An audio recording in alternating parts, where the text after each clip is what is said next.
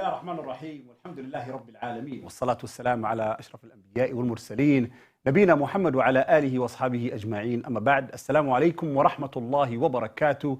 My respected brothers and sisters in Islam, to a new show that we are all used to seeing or hearing about, but this time inshallah we're going to be special in what's going on around us in this world. Talk to me special in regards to I Can't Breathe.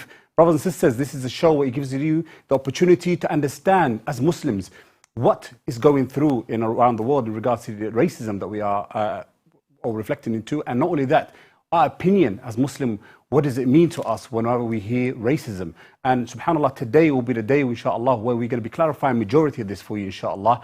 And we have special guests that will be joining us to give us an insight of what racism is or what it means in Islam, bi'idhnillah. So brothers and sisters, I urge you, inshaAllah, to settle and sit down and watch it, inshaAllah, and benefit and share with other brothers and sisters that you know, so we can all share, inshaAllah, the benefit of what we're going to be taught, inshaAllah, as Muslim, and to become a good citizen, inshaAllah, and spread to our ummah bi'idhin wahid al-ahad. I'll be your host, inshaAllah, Mahmoud Yusuf. With me I have my beloved Sheikh Shakeel. Assalamu alaikum wa rahmatullahi wa barakatuh. Wa alaikum salam wa rahmatullahi wa barakatuh. Hayyakum Allah, Sheikh, and how are you today? Alhamdulillah. Jazakumullah khair for giving me the opportunity in discussing this very sensitive, deep and important topic. It's very deep and very sensitive. Barakallahu feek for every step you've taken here. May Allah reward you, inshallah, Sheikh. And we are privileged to actually have you on the show, inshallah.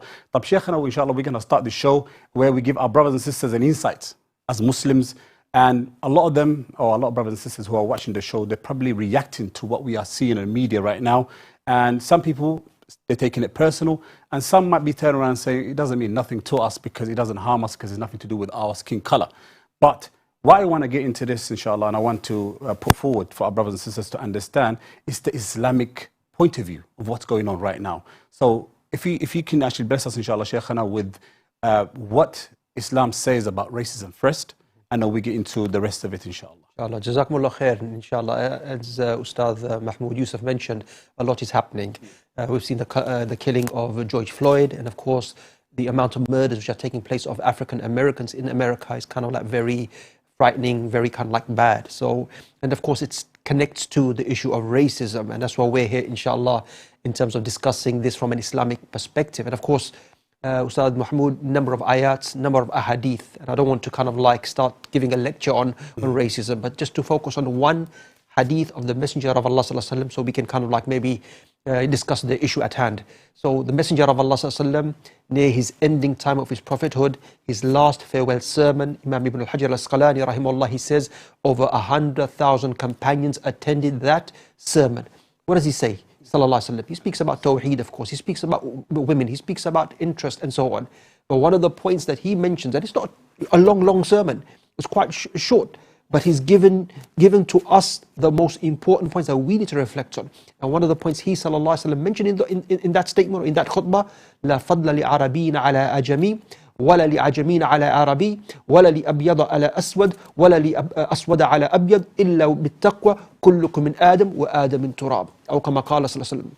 He said there's no merit and excellence of an Arab over a non-Arab, a non-Arab over an Arab, a white over a black over a white, except by piety.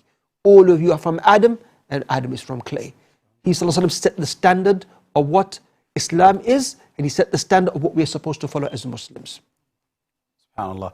And for us as Muslims, we understand, and obviously our brothers and sisters, our beloved viewers who are watching the show, probably think or know that to say, okay, in Islam we know racism is a no-go zone for us as Muslims. Now, Islam does say that we're not allowed to actually become racist to one another. We are one ummah, we are one human being. Now, for those who are Muslim, but yet again, they concentrate in their own culture only, and they consider themselves as non-racist. Now, as Muslim now, we know culture plays a big part. Now, how does that affect us in this day and age now? I'd say, look, it affects us in a great way. In a great and sometimes negative way. That's what I'm trying to mention. So, of course, Islam is clear.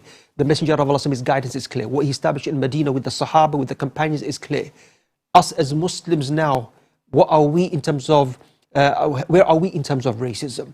And culture plays a part, but I don't think it should be an excuse. No. That sermon that I mentioned, who's not aware of this? No. Who from the Muslims not aware of this? Yeah, sure. Who's not aware of the ayats of Quran that you would hear Imam say? You would hear, preachers mention those ayats about Allah made you from Adam and Eve and made you into nations and tribes so you know one another. The best is the one who has the most piety. Everybody knows. No. Yes, so the issue is why is it there? But the important point is, while Allah Ta'ala and His Messenger have clarified it for us, at the same time, the Ummah, is plagued with the issue of racism and is plagued with the issue of being anti-black very specifically. SubhanAllah, it does worry us, SubhanAllah, as Muslims, that whenever we hear culture, and the culture itself takes a big part in our religion, in majority of countries. Now, as Muslims, we normally discuss this when we're describing certain individuals, and we say, for example, this person, we describe them by skin color. So we say, the black brother who became Muslim last week, mashallah, he's doing good for himself. Now, even us using those terms in our description as Muslim, are we allowed to do so? Okay. I mean, look, the term black, when it came about, what does it actually mean? There's a whole discussion and needs kind of like specialists in that field. Right. But very simply, if a term is used as descriptive, that person is black. Oh, that brother I met, which brother? Yeah. Muhammad. You know Muhammad, the Nigerian one? No problem. Muhammad, the Hausa one? No problem. Sister Fatima, the white sister? No, the black sister. No, the white sister. Descriptive. Right. That's different. Sure. Yeah. Issue of race is because somebody's different from you, different ethnicity, different background. Now, you know what? You feel you're superior to that person, or you look down on that person. That's where the problem lies. And that too is a problem within our communities, Muslim communities, that is. And subhanAllah, sometimes you hear a lot of black people when they discuss about, especially as Muslims, they always have an example of a black leader, what we call black leader as an example. There wasn't a black person in the day of the Prophet ﷺ who was a Sahaba that we all know who is, and us as Muslims, especially the black people, would always describe themselves as the people from Bilal. Now, as Muslims as well, Shaykhana, whenever we see him as an example, are we in the wrong for thinking, okay, he's the only black person that we can think of, or there is other black people that our brothers and sisters can benefit from? Yeah. I think, again, a very important point, and I think me and you had a brief discussion, but sometimes people are racist in a subliminal way. Yeah? They might do certain things or say certain things, but you know what? It's kind of like, it's racist, it's just not blatant. Sure. Yeah. An example might be somebody comes in, gives you salam, or gives me salam, say assalamu alaikum, and a black brother might be next to me, how are you? Yeah. Or shake my hands and miss that brother, or ask a question, I'm a Muslim, it doesn't mean I'm dressing the thobe, but somebody might just be Arab looking, Asian looking, and so on. So I can give him salam. Sure. Somebody's black, I'm not going to give salam. So the same scenario, I think you're alluding to Bilal ibn Rabah, radiallahu anhu, close companion of the Messenger of Allah and the Muaddin of the Prophet. Now concerning Bilal, yes, and you'll find many reverts or converts who are coming from the black community, when they used to, it's changed now, he's becoming a Muslim, so a brother especially, your name should be Bilal. Now, the angle sometimes is the subliminal message. Bilal was a slave, freed slave. But slavery wasn't just to black people. There were slaves who were non-blacks. Zayd bin Haritha initially was a slave. And initially the adopted son of the Prophet, and then adoption became haram and so on. So even in that, but Bilal was a Muslim and he was black. What are you trying to kind of like say in that? Sure. So that also becomes kind of like you're looking from another perspective an issue. Sure. We got this again, coming back to being Muslims and yet again being racist without us knowing. Now, that's an example of somebody proposing to get married to a brother or a sister, and then the family rejects the marriage because of where they come from. Now, again, can you shed light on that? Because we all know it's a racism issue, but we naturally do it. Now, are we wrong for doing that as well? Because obviously, that makes us become naturally a racist people. I mean, look, there's different factors, different elements, and marriage is kind of like very complicated. I mean, let's say it's an issue of compatibility. Sure. Somebody might say, you know what, this person is slightly different, grew up somewhere else, is from a different environment. Okay, grew up, you grew up here, that person grew up from abroad. Not necessarily it might be racist. They might be looking at the element of, they might lack in compatibility. So that's one angle. But yes, there are many times a person will be blatant enough to say, you know what, that person's black. I don't want you marrying a black person. Deemed as someone lowly to some. So why are you going to kind of like marry someone that's lowly to you or less than you and so on? And some of the points, in terms of the blatant racism. Maybe we'll come to that later on. But Sheikh, we talk about racism and we talk about racism. Every time somebody says racism, you will think of black. Is there racism in another culture or another religion or any other colors or other nations that we have? It's not just black people when we consider racism, right? When we talk about races. Yeah. Again, I think those are, again, very deep, sensitive, topics. Does it exist, only towards kind of like blacks? Is there black on black racism? No. Or do you call it racism, or is it more prejudice and so on? Again, deep discussions. If we are coming from an Islamic paradigm, an Islamic kind of like way of thinking, revelation, Book of Allah Ta'ala and the Sunnah of the Prophet ﷺ, whether we want to call it racism or not racism, nobody should be mistreated and looked down because of the color of their skin, whether they are black, whether they are white, whatever they may be. Everyone should be treated equally and given, especially within the Muslim community, the rights that everybody has been given from Allah Ta'ala and His Messenger Sallallahu Alaihi Wasallam. Barakallahu feek, Shaykhana. I want to expand on this topic, inshallah. We want to bring other people or other guests to give their opinion in regards to what racism is about, and especially with a special episode that we're doing, which is Talk to Me, I Can't Breathe. We have Sheikh Muawida. Assalamu alaikum wa rahmatullah. Are you with us, inshallah? Wa alaikum salam wa rahmatullah. Hayakallah. How are you today, inshallah? Alhamdulillah, I'm good. Alhamdulillah. I'm glad to be on the show. Alhamdulillah. Barakallahu feek for joining us. We want to ask you, inshallah, in regards to your opinion with what we're seeing around the world right now about the racism that is going around and the demonstration that people are doing. We want to take people's opinion in regards to this. We don't want to stick to what we as a human being have as an individual opinion, but we want to share with other people's opinion as well and other cultures' opinion in this matter, inshallah. Bismillahirrahmanirrahim. I mean, looking at what happened with George Floyd, I'm sure we've all seen the videos. And I think what touched many of our hearts and on the hearts of many people, it wasn't the fact that he died specifically. I think it was the manner exactly in how he died. It was clear from the imagery and what we saw that there was no argumentation, there was no aggression on his behalf. He was literally just asking for something very simple, and there was a very cold and detached reaction from the police, as if he wasn't even speaking. And I think that's what really touched up most people, more than the fact that he just died. I mean, yes, he did die, and that was exactly the thing, but I think it was exactly the manner in which he died, and also the fact that it was captured, all of it, on camera, the whole 8 minutes of it. I think that really demonstrated to most people that what people have been complaining about for decades now is real. Similar thing with the Rodney King incident. Again, that was footage, but I think back in those days, you only really saw it when it was on the news. We never had smartphones. We weren't able to replay it, retweet it, share it, do our own little ta'liq or comments on it on YouTube.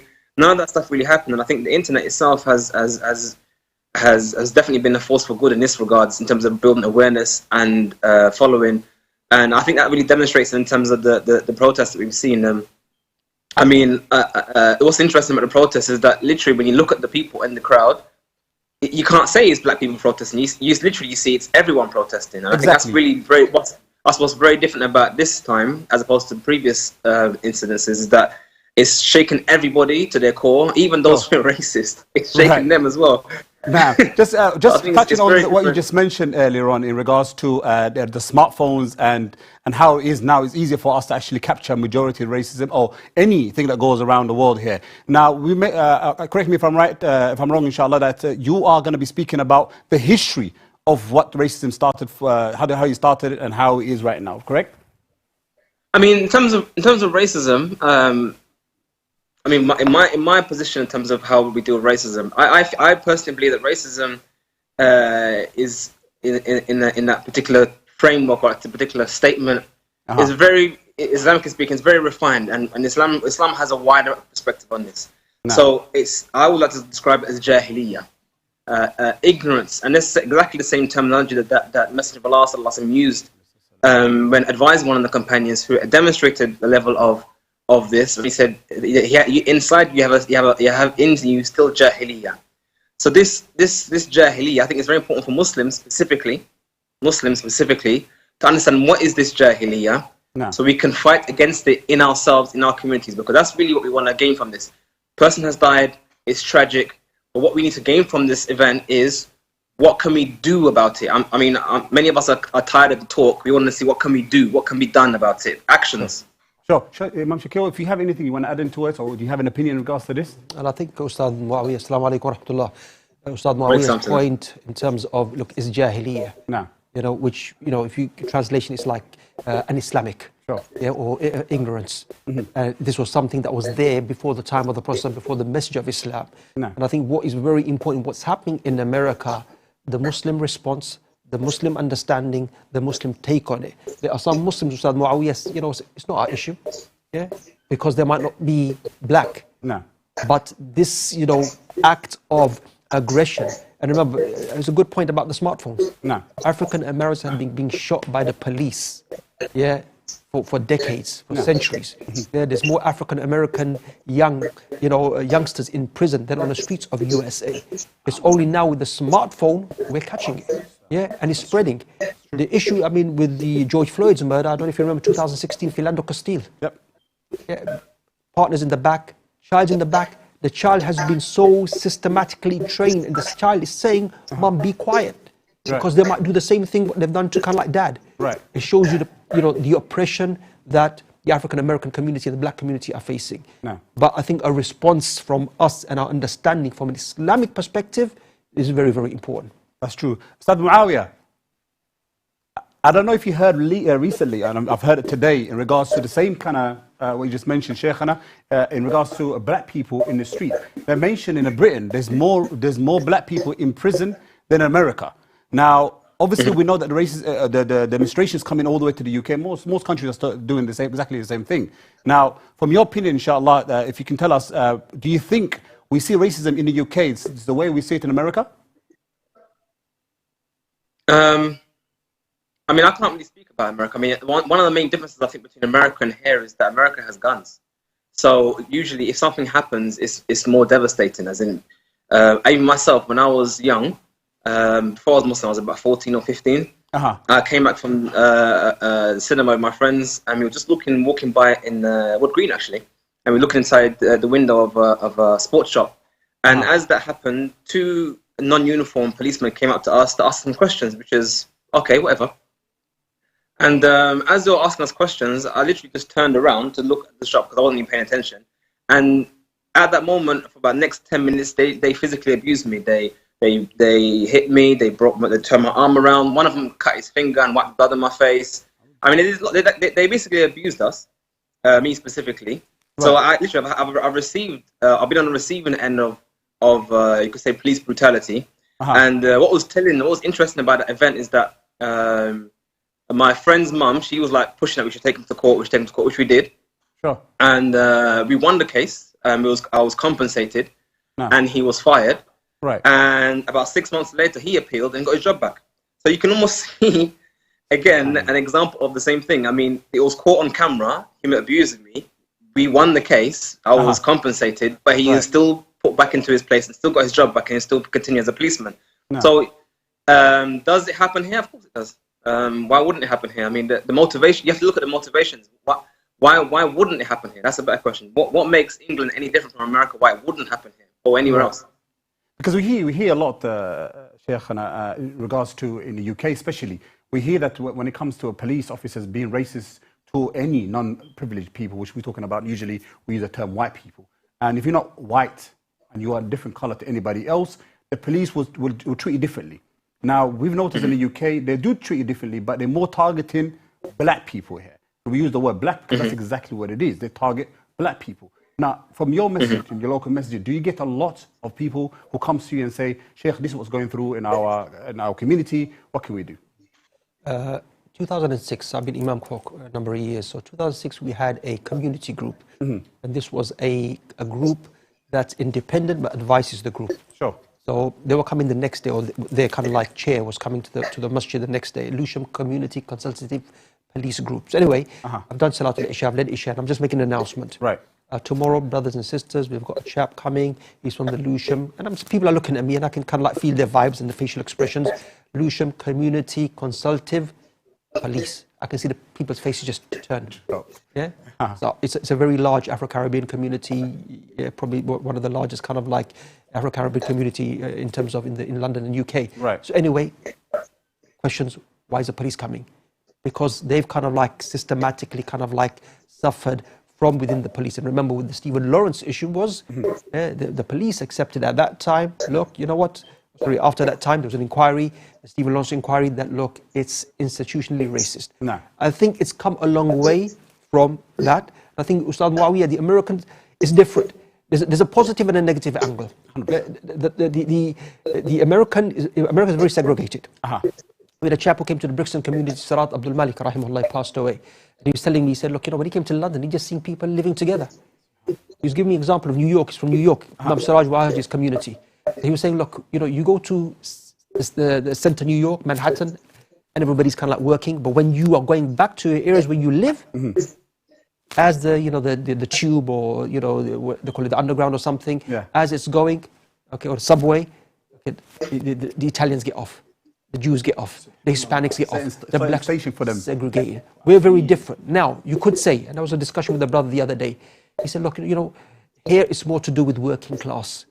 Yeah, and a lot of Muslims are working class. I said to the brother, you know, is that a negative then? Because while we're living together, and I'm speaking from the Muslim community now, while we're living together, Asians, blacks and others, and everybody's kind of like working class, poor in the States, we're still racist. Yeah. They might say in America, okay, they're segregated, so they don't really mix that way. Then why is it? And especially if we've got the Islamic guidance from the Prophet ﷺ, and of course the Quran al-Kareem, then why is that there in us? No. Barakallahu feek, brother, Ustad Muawiyah. I was going to call you brother Muawiyah. Ustad Muawiyah. No.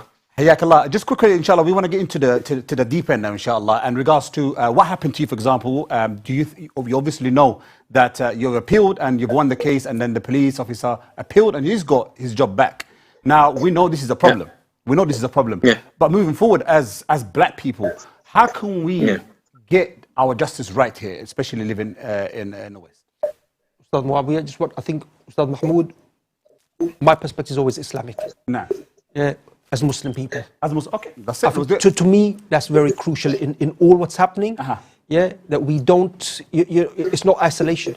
We don't want communities dividing over this. 100%. The Muslim community needs to be educated, and we need to tackle oppression, injustice and racism as a Muslim community. Not white, black, as Muslims, that's, you know, I'm sensitive about that. So we keep it that way then. Yeah, Jazakallah khair. So as a Muslim community, inshallah, how do you believe or how do you think we can actually maybe improve this and we get to justice with it? I mean, in terms of improving, we in the last couple, the irony is actually we actually produced quite a few videos and whatnot and discussions online that we published on YouTube just about 2 months ago. Actually, it was a series we had a series on the topic of racism, and we were focusing on racism in the Muslim community.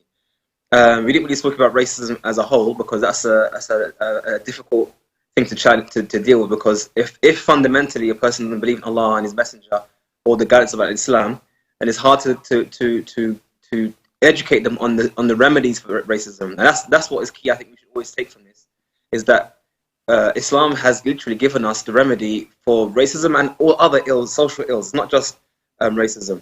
No. So we need to turn within the Quran and the Sunnah and see how did Allah resolve the hearts. Allah told us that the people, the tribes of Medina, they were warring amongst themselves.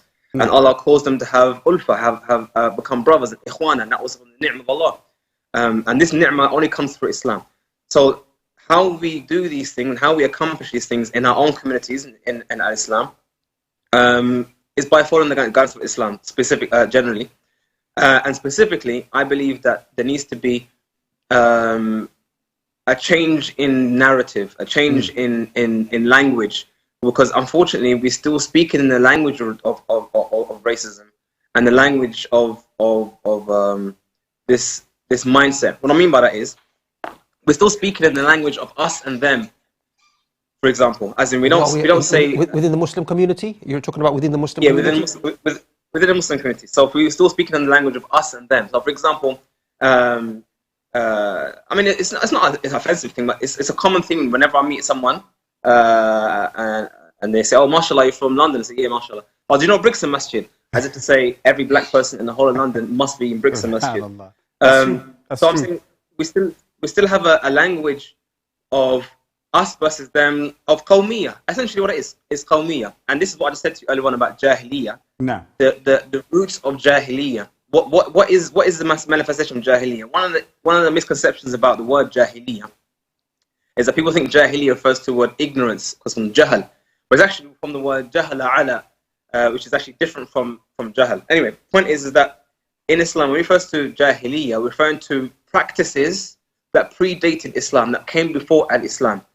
And to understand really Jahiliyyah, one of the best ways for Muslims to understand Jahiliyyah is actually to look, how did the Arabs behave before Islam came?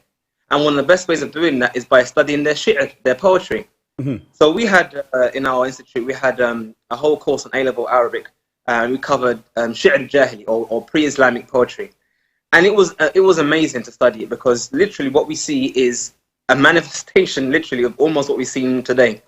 Of my tribe against your tribe, we're better than you. You're rubbish and so and so. We come, we go, and we destroy your lands.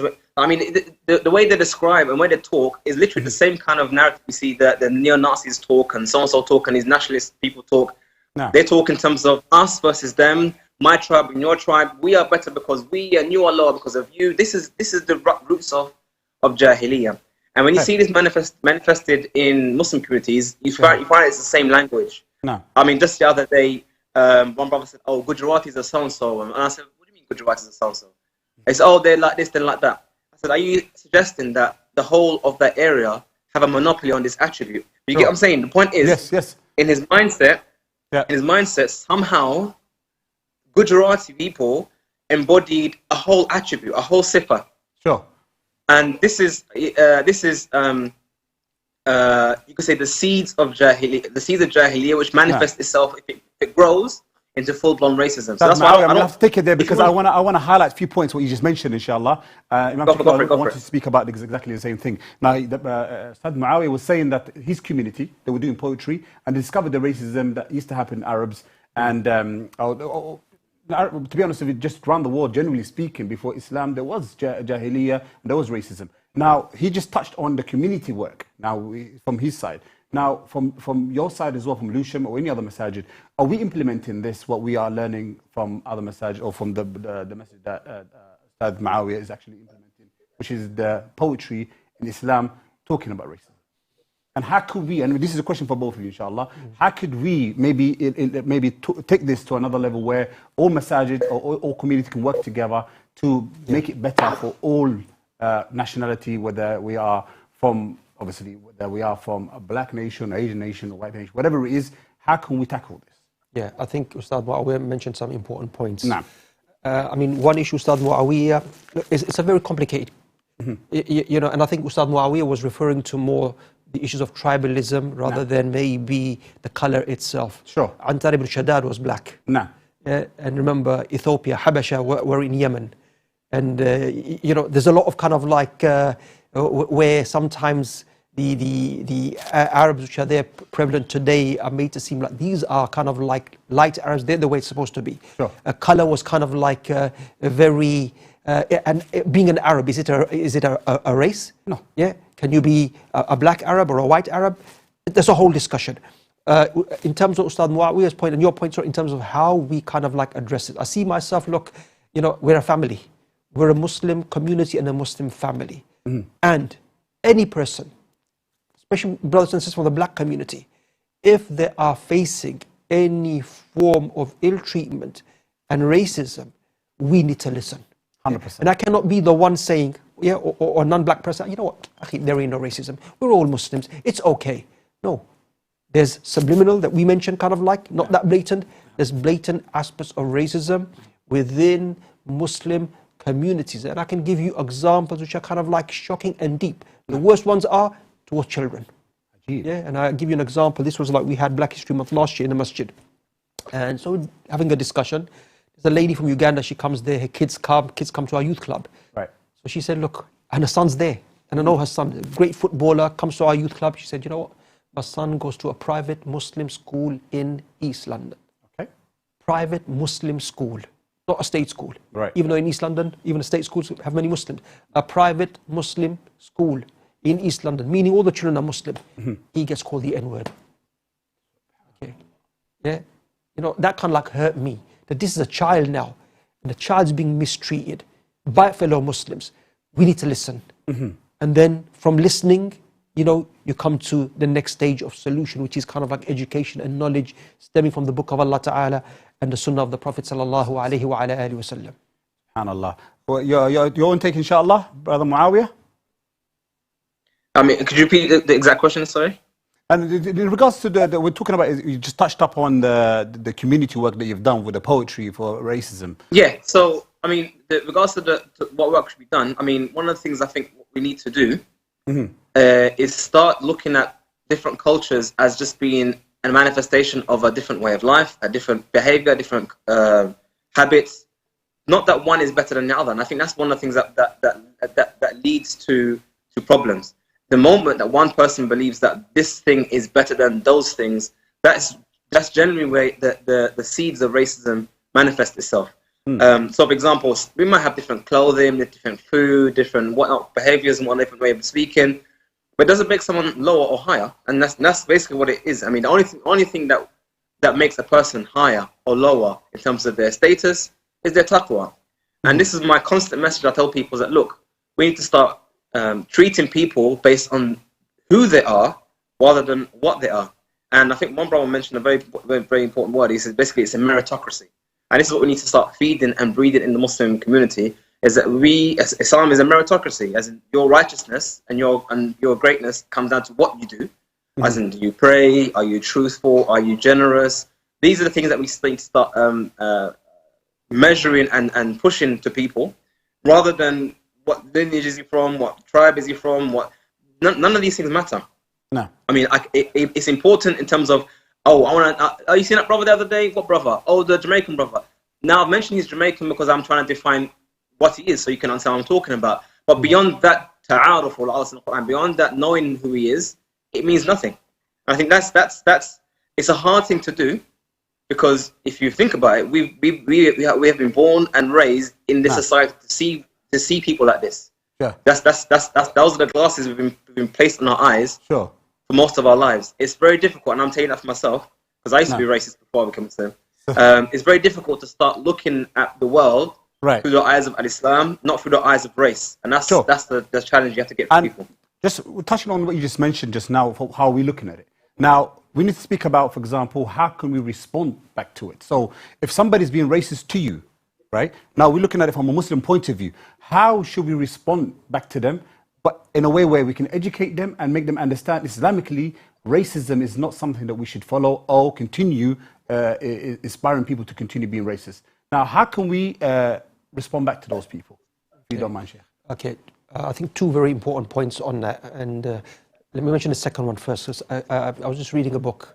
I read it before and I happened to read it this week. It's a refutation of Arab nationalism by Sheikh Abdul Aziz bin Baz, rahimahullah ta'ala.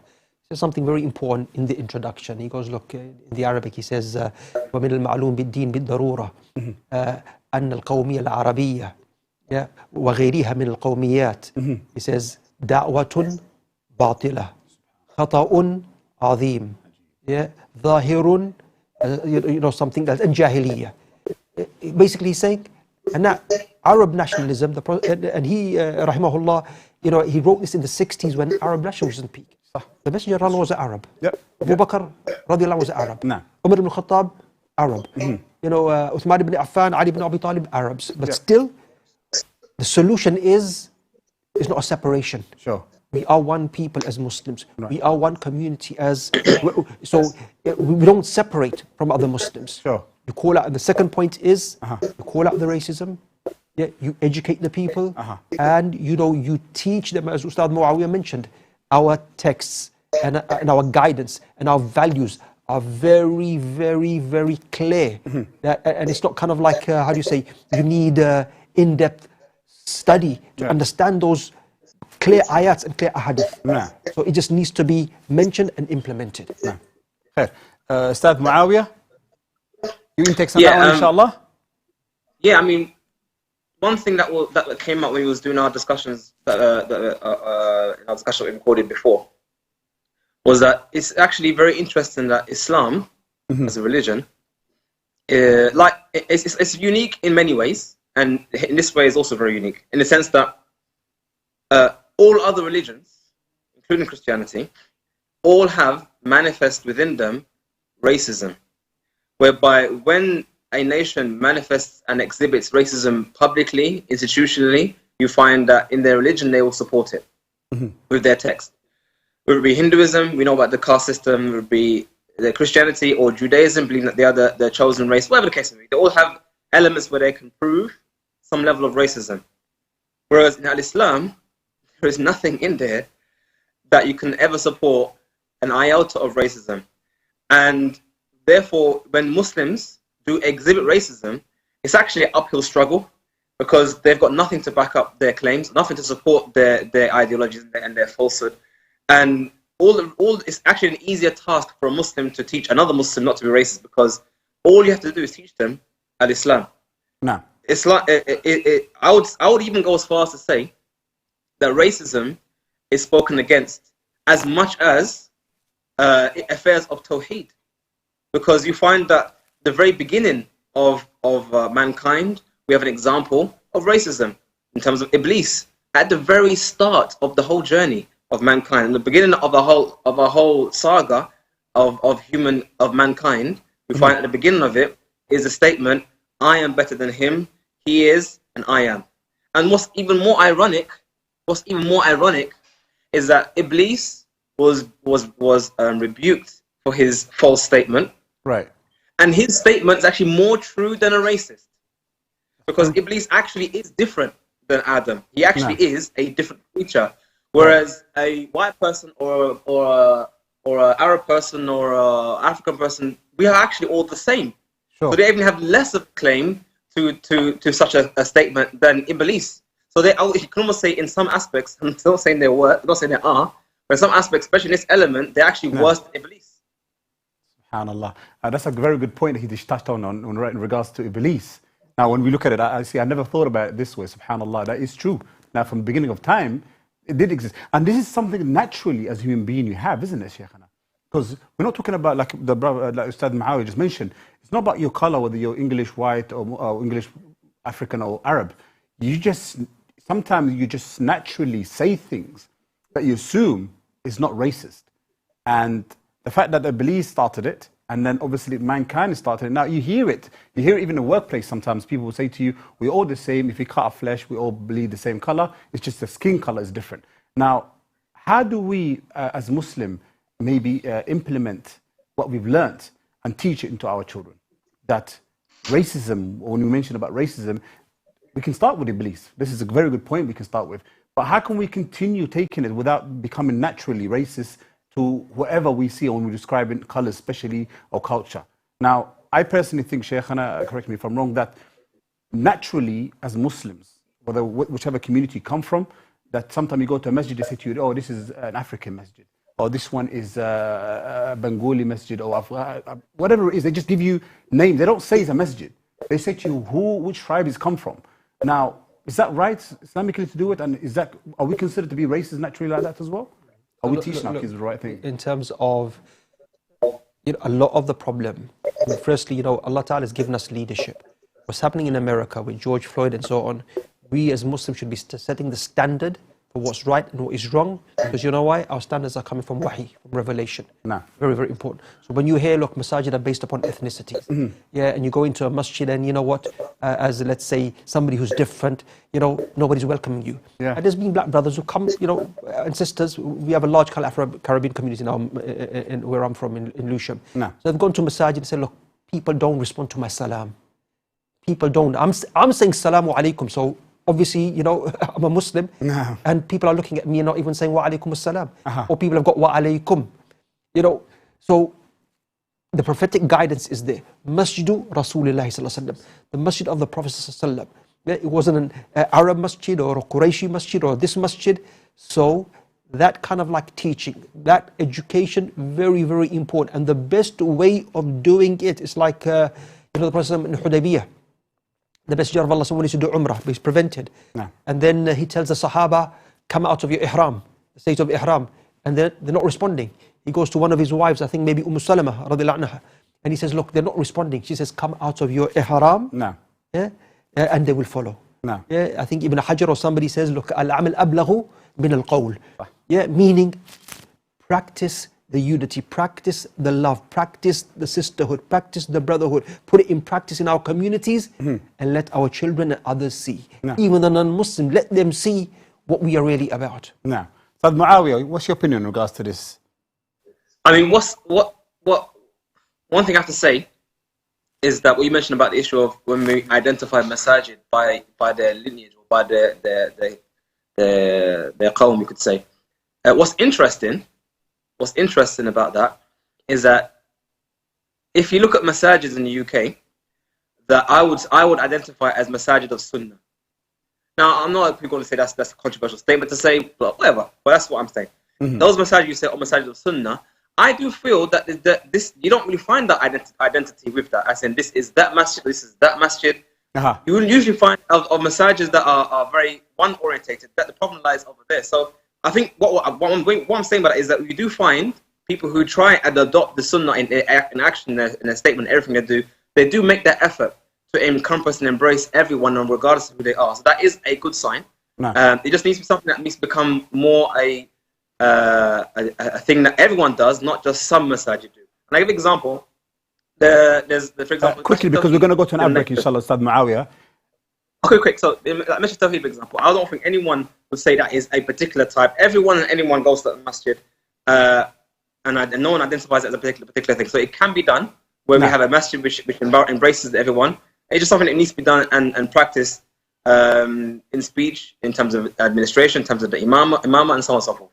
Barakallahu feek. We're going to go for a quick ad break, inshallah, brother Muawiyah. Please join us, inshallah. Stay with us on the line, inshallah. Don't go. So we want to continue with this topic with you, inshallah. And Shaykhana, you're going to be staying with us, inshallah. So, brothers and sisters, I'd like to remind you, inshallah, to join us after that break, inshallah, where we're going to be having our Ustad, our Shaykh, Mufti Minks, inshallah, and Sister Naima Roberts, inshallah, will be with us, inshallah, and Abu Usama, bi'idhnillah. So, brothers and sisters, please remember to join us after that break and listen to our conversation and take the opinion of what our brothers and sisters and our ulama, our shuyukh are giving us, inshallah. So, brothers and sisters, join us after that break. From me and the Shaykh for now, Assalamu alaikum wa rahmatullahi ta'ala wa barakatuh.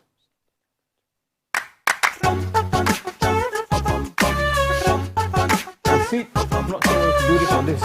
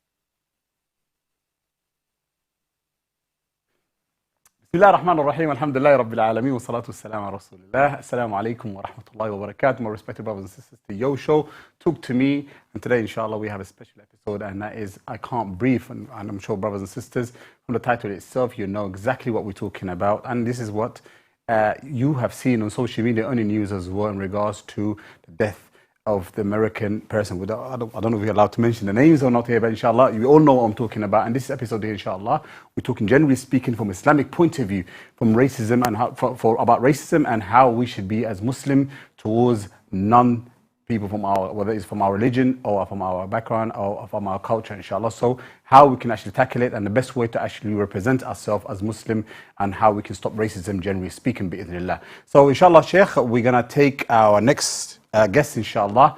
I'm sure he's ready. Before I'm guessing we have a technical issue, inshallah. So until we get our guest, inshallah, next. Sheikh, I just want to understand now, inshallah, we covered majority of the topic in regards to from Muslim history and how racism started. And we understood from the history of Islam, it's not about the color that racism started with originally, it's from the tribes, correct? And then obviously, as Ustad Muawiyah was mentioning as well, that before all of that, Iblis was racist to Adam alayhi salam. And we know this is happened way before culture even began.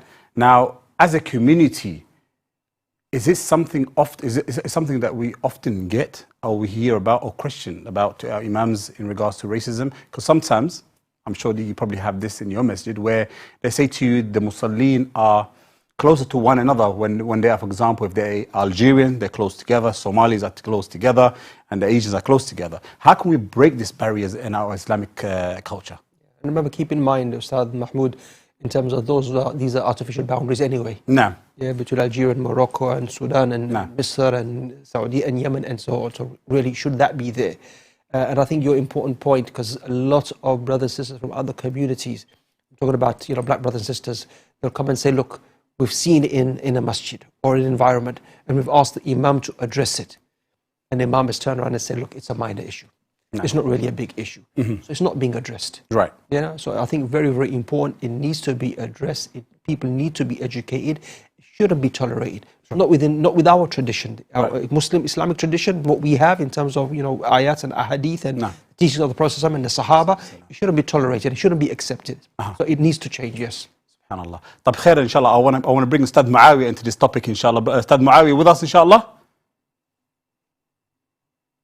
Welcome back. I think we have lost the sound. Let's check your sound, inshallah. Can you hear us? I can hear you. Alhamdulillah. Ustad Muawiyah, I just asked the Sheikh in regards to how do we tackle the issues that we have as Muslims when it comes to racial gathering. When I say gathering, meaning that whenever you go to a masjid, you find, for example, certain cultures are together and they're not mixing together. Does that happen in your community? I mean, with the people who I hang around with and people I see inside, it's not like that. And nor if it happens, it's done out of malice. And I think that's one thing to be noted here, is that there's a difference between it being done out of malice and it done just being absent-minded.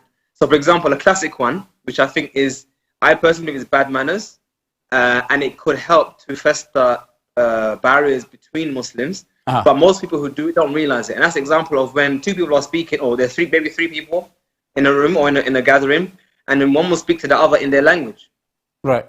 Now, I'm sure they're not really doing it to isolate the individual, but clearly you understand that it is the same as whispering in front of their face. Imagine if I speak to someone and I whisper in their ear in front of you, and what are you saying to them?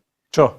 No one would really whisper to someone else in front of someone else, because that's taken as being rude. But when you speak another language and you exclude it from the conversation, right? That is an act of isolating someone from that gathering. Like I said, it's not. I'm guessing most of the time it's not done out of malice. It's done out of absent-mindedness, or maybe just due to it's easy to speak in a language that they're on. But I think from the things that we now that we are aware and we're discussing these things, I think it should be made noted that for everyone, that when you are in a gathering with people, make every effort not to isolate people from the gathering. So, for example, if you are Algerian and you have your Algerian friends, and someone who is non-Algerian enters in your vicinity, invite them in. That's one of the beautiful things about when I experienced whilst in Saudi. As part of Arab culture, is they're very inviting. Just by their culture, you can be whatever. They'll say, "Ahlan wa sahlan, tafaddal ma'ana, come and sit down, have some food." That natural welcomeness actually shocked me when I was there. I mean, literally, it almost got annoying because when I'm trying to walk home, everyone's trying to invite me to their home, and I want to get home. But you know what I'm saying is that we need to adopt more welcoming behaviors and more welcoming mannerisms, so that you spread the love, and you find in the Sunnah, after salam, spread the salams. These are the things. These small things can help breed and fester and manifest that love in the community. Sure. And another example, I'll just give one other example. And that is, for example, one time I took a Umrah package, Umrah group in Saudi, and we were driving from Mecca to Medina in a bus. And one Saudi guy came in the middle of the motorway and flagged down the bus. And we were like, what's going on? Is there something gone wrong? He came on the bus, he counted the heads, and got off the bus. I mean, like, what's he doing? And then he came back on the bus with bags of food for our iftar. Now, what was powerful about that for me is that, number one, he had no idea who was going to be on the bus. Sure. When he got on the bus, it didn't matter who was on the bus. We had a brother who was South African, and brother who was, but all different types of people on the bus. Sure. And it didn't matter to him whatsoever. He just wanted to give food, and they made dua, and he went on his way. And I think more of these deeds need to be done in the community to spread the love amongst the community. So that therefore, even if you walk in the street, you need to have that thing of ahlan wa sahlan, assalamu alaikum, rather than just walking. What you just mentioned there, Imam Shakeel, I've noticed that we normally preach this when somebody takes a shahada for the first time. We say to them, this is your brothers and sisters, we are one family now. We preach it as soon as somebody becomes a Muslim. But in reality, you don't really see it as often as we preach it.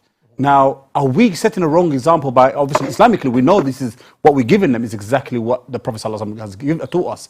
But are we really implementing it? So I think the important points here is, yes, we do say that. Yes. You know, everybody hugs and everybody smiles. And everybody's happy because this is a new Muslim who has, taken Shahada and become a Muslim. And we would say that, look, we're one family, one community. The issue now is, are we putting that into practice and living by it? Sure. And that's the difference between the Messenger of Allah and his noble companions and us. They live the Islam. So we have that knowledge, we have that understanding, but we're not really putting it into practice. And I think, Ustad Muawiyah mentioned some good points, simple points that, and Allah's made the deen easy and livable. And we can practice it. One issue is the issue of, I think you mentioned some of the masajid. I think language is a key thing. 100%. Yeah, وَمَا أَرْسَلْنَا مِن رَسُولٍ إِلَّا بِلِسَانِ قَوْمِهِ. Allah didn't send a prophet except with the language of the people.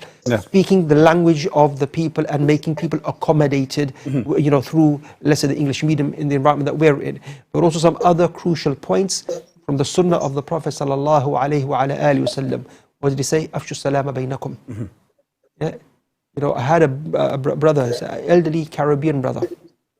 And a young brother, he saw him in the high street, in Lusham High Street. He was a new Muslim. Right. Yeah, the black brother. Right. The other one I think was kind of like Arab. He crossed the road to give salam. That brother came back to me, the new Muslim. Yeah, he said, look, he crossed the road just to say assalamu alaikum. I was so happy and touched. And that's the sunnah of the Prophet. لن تدخلوا الجنة حتى تؤمنوا ولن تؤمنوا حتى تحابوا ألا أدلكم على شيء إذا فعلتموه تحاببتم أفشوا السلام بينكم. Spread the greeting of peace. Brings love, brings iman. Likewise, تبسمك في وجه أخيك صدقة. Smile at your Muslim brother. Sister to sister, brother to brother. Yeah, it's a charity. What does it do? Shake hands. Simple things from the sunnah of the Prophet that we can live by, breaks barriers. That's why I think the key issue here is in tackling racism of any form, any shape, Islam. And being Muslims. Khair. Barakallahu feek, Ustad Muawiyah. Within the community that you're in, and I'm sure you probably come across a lot of brothers and sisters who are from different ethnic minority, and I want to know, and I want to understand this, inshallah, how could you advise them when you're actually advising our brothers and sisters? How do you advise them in regards to, because majority of the massages we go to, they teach you how to give da'wah, for example, right?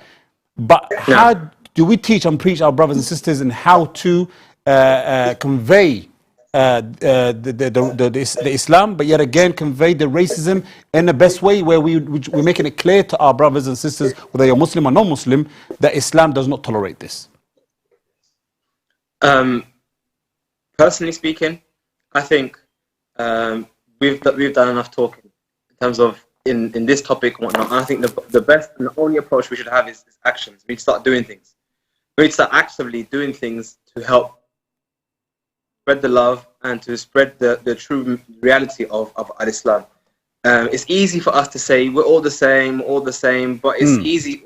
What's more vivid and what's more loud is reality of life. When you're not invited to this thing, let me give you an example. I'm not going, but just like what the brother mentioned just a minute ago about the brother crossing the road to give salams. There was one brother, one Saudi brother in another study Medina.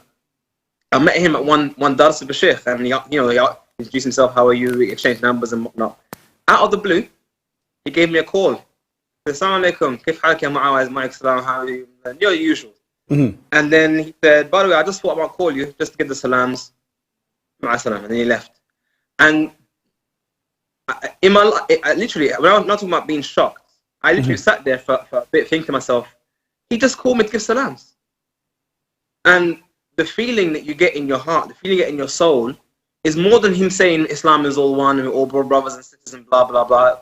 I mean, he could say that all day long, but the fact is, he actually took the effort, dialed my number, and said, Assalamu alaikum.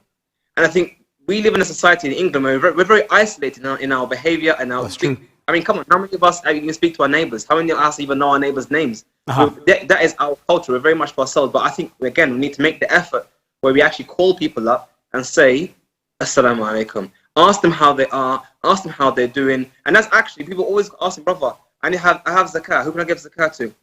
That actually is very telling. No. We should know who the fuqara are in our community. We should know who are poor in our community, who are needy. And the reason why we don't know is it means that we're falling short in our behavior and in our Islamic character. I agree, inshallah. So we're going to expand on this topic, inshallah, and we're going to get another guest to give us their own opinion and to expand the conversation itself, and we can take it from another perspective as well, inshallah. So we have another guest, our beloved guest, Sheikh Mufti Minks. Assalamu alaikum wa rahmatullah. Wa alaikum assalam wa rahmatullahi wa barakatuh. MashaAllah, I'm just listening into the beautiful discussion, and I think it's such an opportune moment to reflect over our own condition and how best we can improve ourselves, inshallah, in this regard. Barakallahu feek, Shaykhana, for taking part on the show and making an effort to be with us, inshallah. I know it's very late where you are, but may Allah reward you, inshallah. So, Sheikh Mufti Minks, we want to know from your point of view, inshallah, and to expand the conversation itself about the racism and how do we tackle racism, and how do we advise our brothers and sisters, whether they're Muslim or non-Muslims, in the best way to give the response about racism. Bismillah ar-Rahman ar-Rahim, alhamdulillah, wassalatu wassalamu ala rasulillah wa ala alihi wa ashabihi ajma'in. I think what's important for me to do is to put myself into the situation and remind myself who I am and what is the whole aim of me being on earth. So if I were to talk to myself, I would say I was created by Allah, Rabbul Izzati wal Jalal. When I came onto earth, I found I was not alone. I found that there are so many others whom the same Allah made. While I'm on earth, I also learned that my duty is to please Allah. Everything that I find on earth is a test for me. Allah is going to watch whether I actually manage and process and do that which will please Him or displease Him. So when I came, I found my parents, my rights that I need to fulfill towards my parents. It's a test for me or against me, be they Muslim or not. The same applies. I found so many different races. Allah subhanahu wa ta'ala says, وَجَعَلْ شُعُوبًا وقبائل لتعارفوا. Surah Al-Hujurat. I'm sure we all know this. Allah addresses mankind and says, we've made you into different people, different tribes, races, etc. in order that you recognize one another.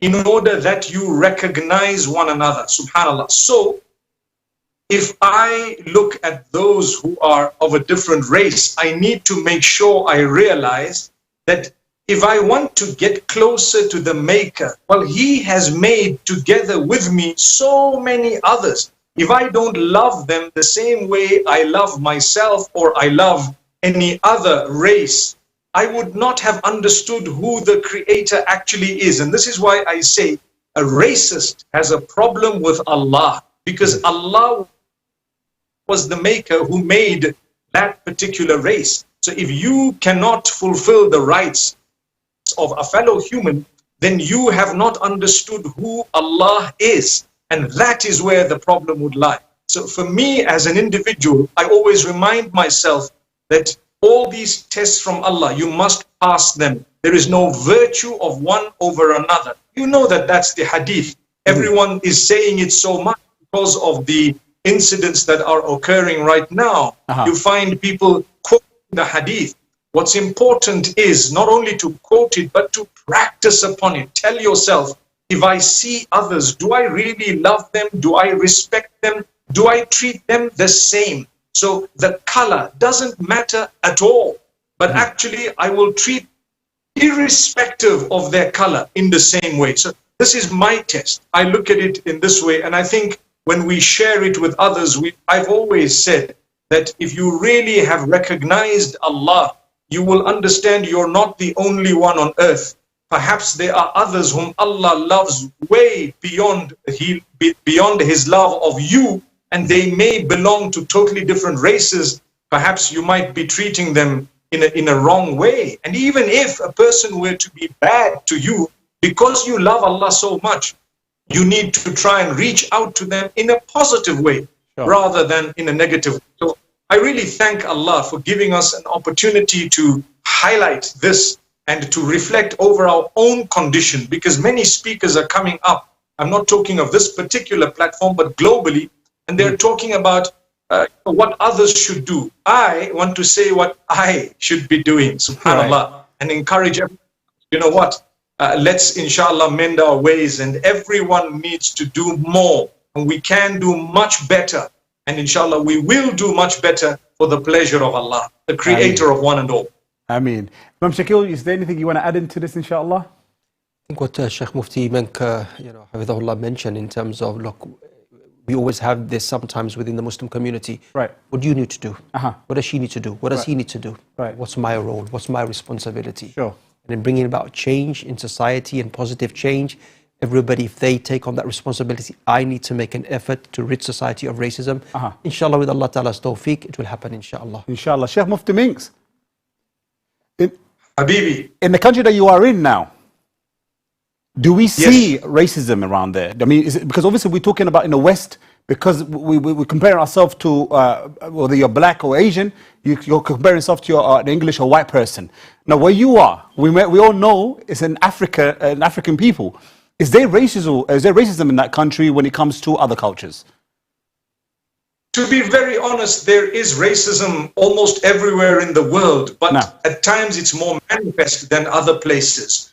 Here, you know, we had a very difficult history where there was apartheid and segregation of races. I promise you, in South Africa, for example, not too far off from Zimbabwe, and even in Zimbabwe, there were white-only suburbs. If you look at the areas where people to date, you were not allowed to go into an area if you were dark-skinned, and you were not allowed to be in a certain place. Certain parks and beaches and places were reserved for this fair skin, and so on. So there was a lot that happened, and if you know, Nelson Mandela was one of those, together with Robert Mugabe and so many others, who fought the colonialists who had come with this racist ideology. And subhanallah, we do see a little bit of it, but it's both ways at times. You know, you do have some people who are darker skinned rebuking the lighter skin, and some who are lighter skinned rebuking the darker skin. It happens both ways. So this is why we say we need to learn وَمِنْ آيَاتِهِ where Allah subhanahu wa ta'ala says in Surah Al-Rum, from amongst his signs, أَنْ خَلَقَكُمْ أو أَنْ خَلَقَ لَكُمْ مِنْ أَنفُسِكُمْ أَزْوَاجًا. He speaks about how he created spouses and how he created the colors and the various languages. اختلاف ألسنتكم وألوانكم. So Allah subhanahu wa ta'ala speaks about that. It's not in order to discriminate either way. It is in order to be able to fulfill the rights of one another. Another quick point I can mention, for me to go to Jannah, I need to earn rewards. I need to have more good deeds than bad deeds, because my deeds are going to be weighed. When they're weighed, I would like the scales to be heavier on the right side than the left. In order for that, Allah gives me so many opportunities. One of these is He's created people of different races, different colors, nationalities, backgrounds, etc., to give me a chance to worship Him and to become closer to Him by recognizing that He made them and they are as dear to Him as I am. So subhanallah, for me to fulfill their rights, I would be earning closeness to the one I'm trying to impress, who is Allah and Allah alone. So that's how I look at it. But to answer your question, we have a problem both ways. It's just that sometimes it's more manifest one way than the other. Sheikh Mufti Menk, just one side point in terms of, you mentioned the struggle against apartheid, against racism in parts of South Africa and other parts of Africa. It is said, I'm from Kenya myself, I was born in Kenya, came here when I was very young. It is said the non-indigenous Africans, and I'm speaking about Muslims now specifically, they never really took a stance against apartheid. In fact, non-indigenous, Muslims who came into Africa isolated themselves from indigenous Africans, even many of them being Muslims, and in fact, they also had racism towards those indigenous Africans. Is there any truth in that? I think if you look at the countries, I can start off with South Africa. A lot of Mandela's comrades were actually non-ethnic South Africans. I can actually name for you Kathrada, Pahad, so many names come to my mind. They were jailed with him for years on end as well. They fought apartheid. So there may have been in some countries where they isolated themselves because, remember, they were persecuted by the colonialists in a way that they were separated. We have in Zimbabwe, areas where the dark-skinned were, then the ethnic Asians were, then the coloreds. Coloreds meaning those who are, they use the term colored to refer to those who are mixed race. They were actually separated. So right now there is no separation, but we still have, if you come to my country in Zimbabwe, we still have areas where predominantly you're going to have a certain race maybe, or a certain color, not because they want to be there today, but because they were always placed there and they haven't managed to shift out of those areas. So in some countries, it is true that some people did not participate for whatever reason. But in some countries, they participated in the forefront. Even in Zimbabwe, there are some names of people to this day, they gave refuge to the freedom fighters. They are considered part of the war veterans and so on. And mashallah, they did take part. But I do know that there are some who just came in solely for business and they minded their own business, and it is true. And that's why, discussions of this nature can help us revisit our own condition and improve within ourselves to say, whatever the past was, let's make sure the present is not going to be as bad as that, inshallah. Khair, inshallah. I've got a question for both of you, don't mind, Sheikh Mufti Minks. And the question, Imam Shakeel, for both of you, inshallah. So I'll start with you, inshallah. If somebody's actually black, right, Muslim, and not only that, lives in the West. Now, he's labeled as a black person, which is the racist side of it, which is people looking at him. And he's labeled as a terrorist, which is a Muslim. And not only that, he lives in the West. How can this individual be able to feel comfortable enough to answer if somebody, the attack that he's going to get from left and right and center, which is the racism and Islam, which is Islamophobia, and living in the West. How can he carry himself as a Muslim? Okay, if I can just put my own opinion, although I'm not living in the Western countries, but I can tell you what I have found. The masjid and the Islamic community is the cornerstone of breaking the barriers, or breaking the walls that are placed up by racism, because when we frequent a masjid of our locality, no matter what color, no matter where you come from, your ethnicity, there are people from all the backgrounds, and we are supposed to work on our masajid such that everyone feels welcome. In fact, the masjids that I'm involved in, we make sure that we go out of our way to tell people the guests of Allah are arriving in the house of Allah. If you make them feel uncomfortable here, you are paying a disservice to Allah subhanahu wa ta'ala. So that community center would actually give them that sense of belonging that they want. And thereafter, when something comes towards the direction of any one of us, no matter what color it may be, we can collectively get together and address the matter, rather than leaving an individual to battle for himself. So that's just a point that I feel is important for us to make sure our community centers and our masajid in the West, in our countries basically, happen to be the places where the barriers that are created by others can be destroyed, inshallah.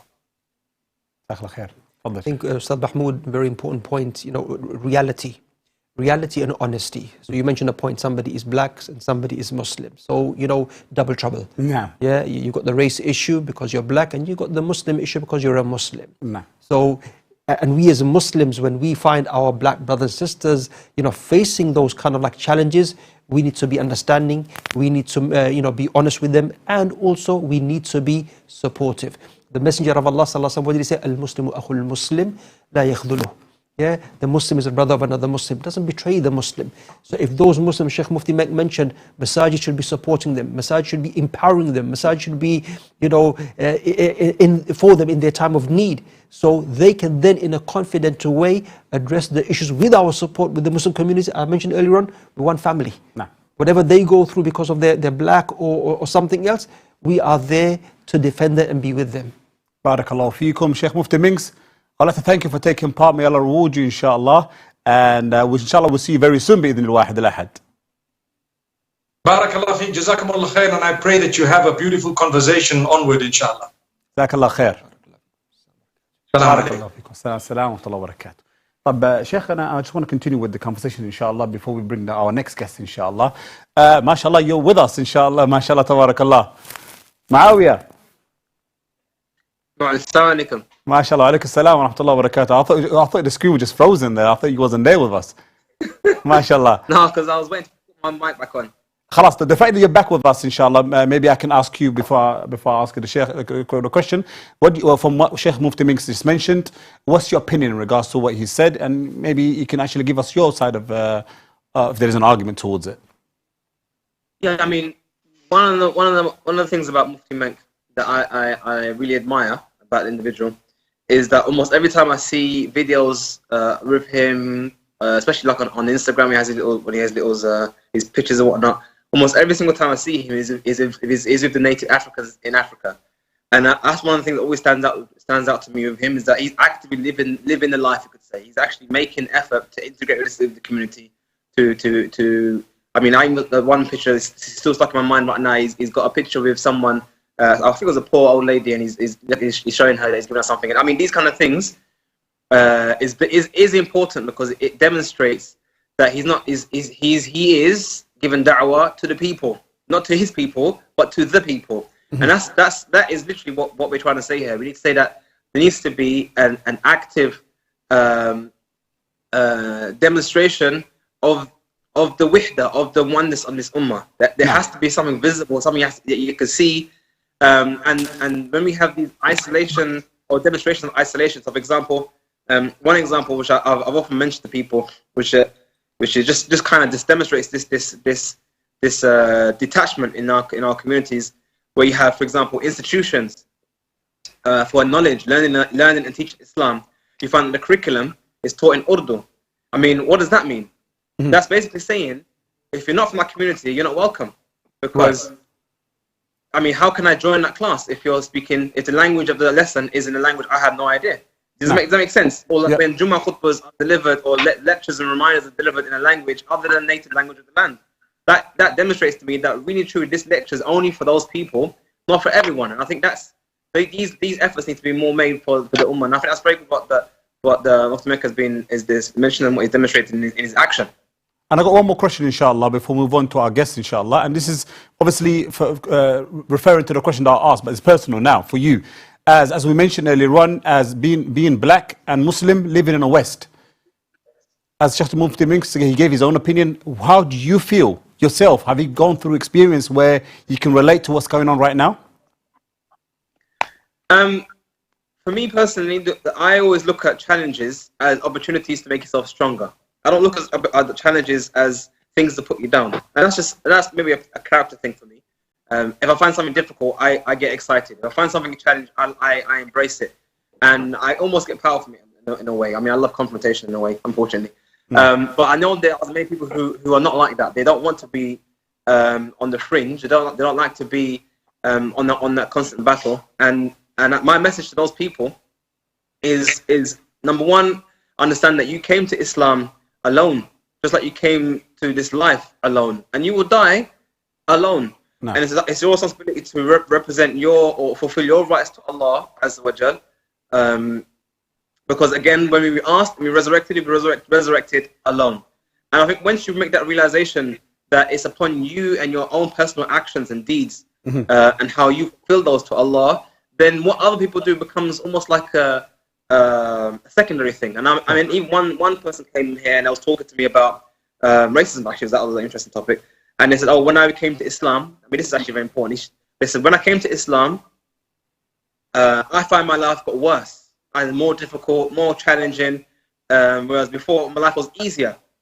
And I said to them, I said, "Look, did you believe that you were created for your life to be easy? This life is a test. Sure. You're specifically here to be tested, to show your mettle. I mean, it might not be nice, but that doesn't mean that you should look at it as a bad thing. If anything, you should look at these tests as an opportunity to shine.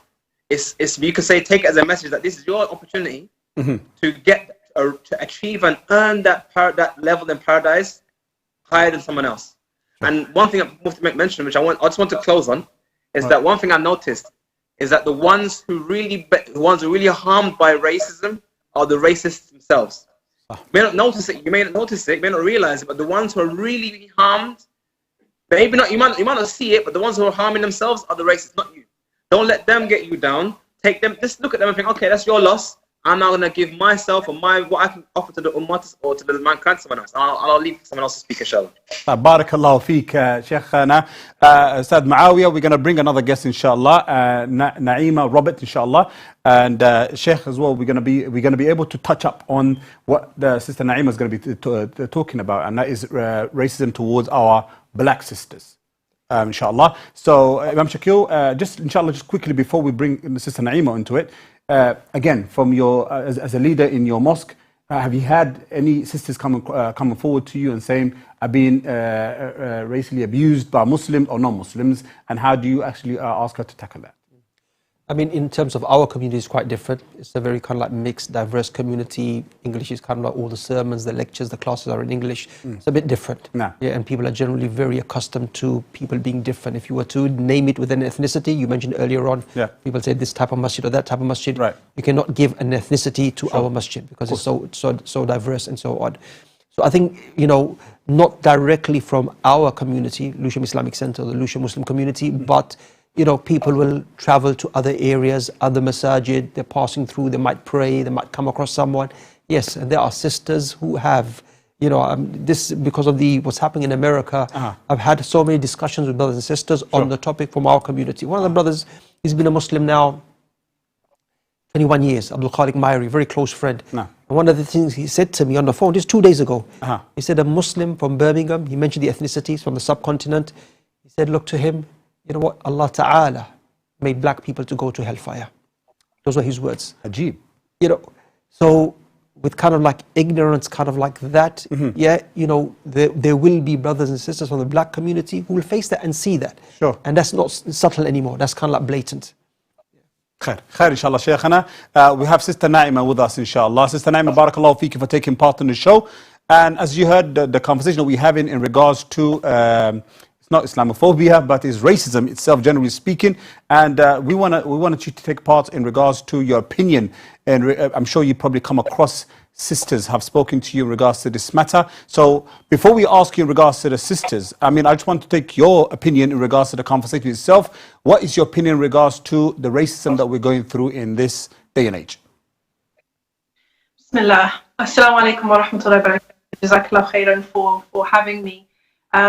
Obviously, this whole week there have been big conversations taking place within the Muslim community between Black Muslims and non-Black Muslims. And I think the issues are not new. These are issues that are long-standing.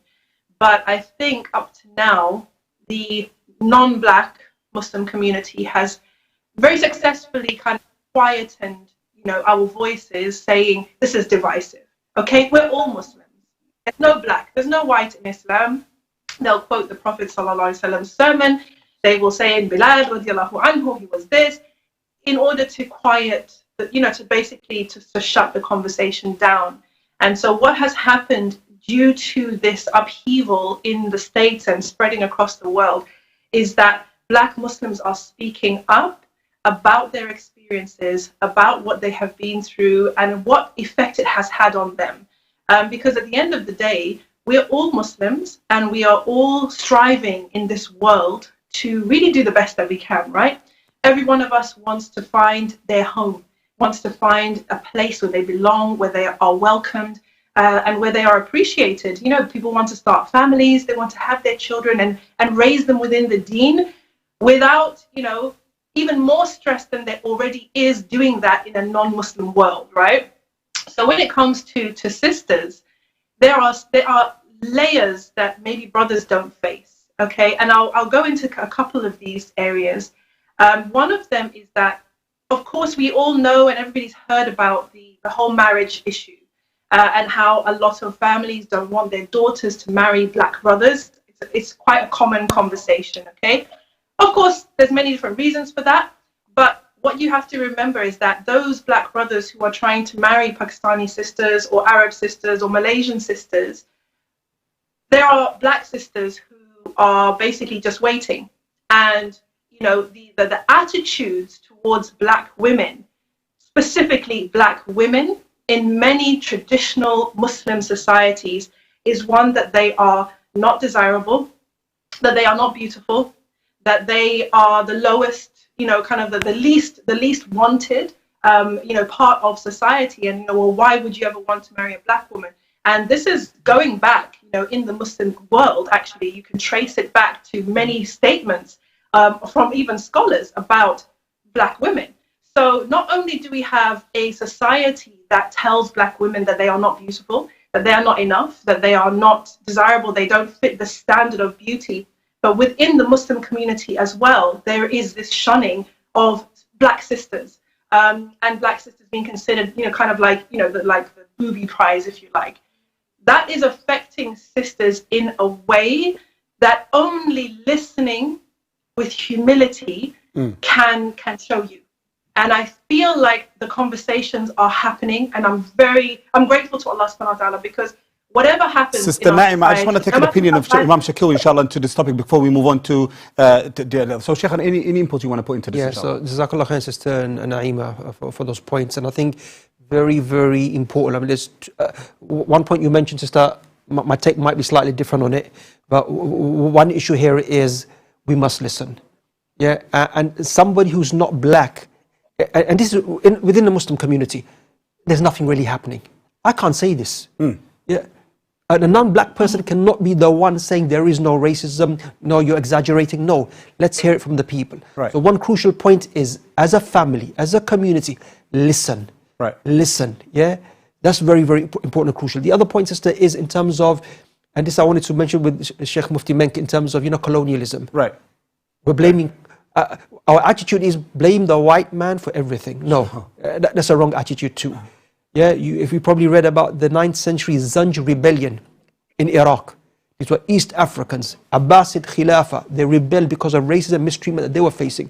There's things in history before colonialism came. Shaykhana, now, one thing I have to go back to, inshallah, and that's in regards to you say we're blaming it on the white people. Yeah. Now, I personally don't think we're blaming it on white people. We should blame it on ourselves as well. Yeah. And not only that as well, Shaykhana, because I think it's easy to blame on a white person and say it's because of white people. Yeah. In Africa, most black people are married to their own people, but yet again, they choose, when it comes to marrying a woman, they choose the lightest skin for marriage purposes. Yeah. So I can't blame only white people, but even black people are racist. What I'm trying to say is, even that's happening, Yeah. but people try and say, you know what, it's because of the white man that came to our land and so on. No, racism was there before within kind of like Muslim societies. Of course, Islam is clear. Just a one important point, I maybe disagree with you in this, and I don't know, maybe I misunderstood it.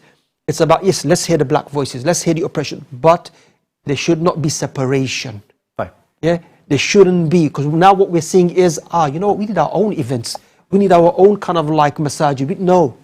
That's not the solution. Sure. That way I kind of like, disagree with internally. It needs to be addressed and challenged, but we are one community and racism needs to be rooted out. Naam. Sister Naima, do you think, or what the Sheikh just mentioned, and I have to go back to it, do you think we should blame it on the white people or should we blame it on racism?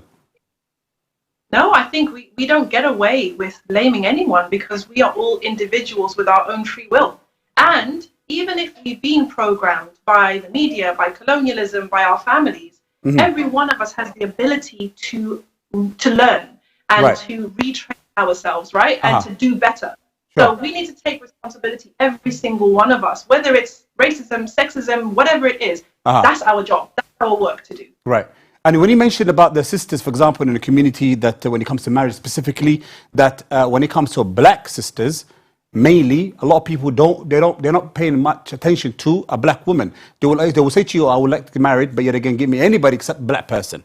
Now, from the experience that you've had, maybe we mentioned a couple of things, the reason why they don't believe they should be the perfect wife for them.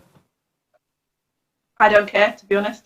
That's not my business because, you know, No, I'm saying from what you've heard. And from what I've heard, of course, there's so many layers. And at the end of the day, how many of us really know where our preferences come from? Sure. Okay? Because there's preferences. Everyone's allowed to have their preference. How do we know how much of those preferences are biased or bigoted? We don't know because we're being shaped by society all the time, you know? So, I mean, at the end of the day, I think it really is a case, as the Sheikh said, listening and giving people space to get their pain out. Because once people are heard and action is taken, not tokenistic action, but real action is taken, this community will progress. And I am very hopeful of that because we have seen ourselves as an ummah, as a community, making progress to listen more to the next generation, to listen to women more. And I believe that if we continue to do the work on ourselves, excellent, and try, I'm going to bring Sister Naima. Sister Naima, inshallah, I want to bring Ustad Muawiyah, inshallah, into this discussion. And I want to ask you the same question, Ustad Muawiyah, about, again, going back to what the Sheikh just mentioned in regards to blaming the white or blaming the racist people. Do you believe, from your own opinion, that we should blame it on the white people or should we blame it on the racist people? So, again, we don't want to label one color. We want to, this is from the opinion that I'm asking, inshallah. So, what is your opinion in regards to that? That's an interesting question because before I became Muslim, that was my stance for everything. As I mentioned before, my background before I became Muslim was, I would describe it as a racist. I used to hate white people badly. I kind of leaned towards an extreme version of the early Malcolm X movement. So the idea of blaming white people for X, Y, Z was something that I held as my opinion up until I became Muslim. And very soon after taking my Shahada, one of my closest friends when I first became Muslim happened to be white.